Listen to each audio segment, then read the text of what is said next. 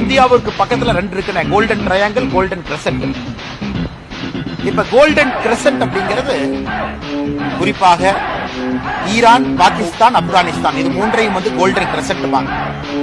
உலகத்துல மிக அதிகமாக உற்பத்தி ஆகக்கூடிய ஓபியம் அந்த பகுதி. அங்கிருந்து வேர்ல்டு ஃபுல்லா ஸ்மகிள் ஆகுது. இந்தியா ஒரு ஸ்மக்லிங் பாயிண்ட்.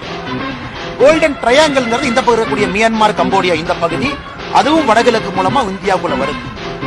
இன்னைக்கு மோடி அவர்கள் இது காலங்காலமா நடப்பதை மோடி அவர்கள் பாத்தீங்கன்னா ஜீரோ டாலரன்ஸ் ஃபார் ட்ரக்ஸ் அப்படிங்கிற அடிப்படையில் நீங்க பாப்பீங்க. ட்ரக்ஸ் பிடிக்கிறோம், எரிக்கிறோம். குறிப்பா வடகிழக்கு பகுதியில் ரொம்ப ஸ்ட்ராங்கா இருக்கிறோம், மணிப்பூர் உள்ளிட்ட பகுதியில. அதனால பார்டர் ஸ்டேட்ல எப்பொழுதும் இருக்கக்கூடிய ஒரு பிரச்சனை ட்ரக்ஸ் எளிதாக உள்ள வருவது. ஆனா இன்னைக்கு இந்தியாவுக்குள்ள பாப்லோ எஸ்கோபார் மாதிரி உருவாகிறது தான் ஆச்சரியம்.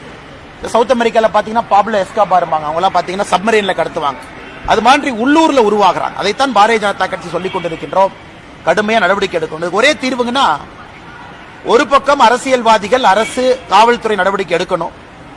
இன்னொரு பக்கம் தந்தை தாய் கண்காணிப்பை பலப்படுத்தணும். Parent teacher association meeting, Rotary, Lions club, அப்புறம் எல்லா சங்கங்கள், அமைப்புகள், நம்ம எல்லோருமே கூட்டாக பேச வேண்டிய நேரம் இது. காரணம், ஒரு தலைமுறை அழிந்துவிடும்.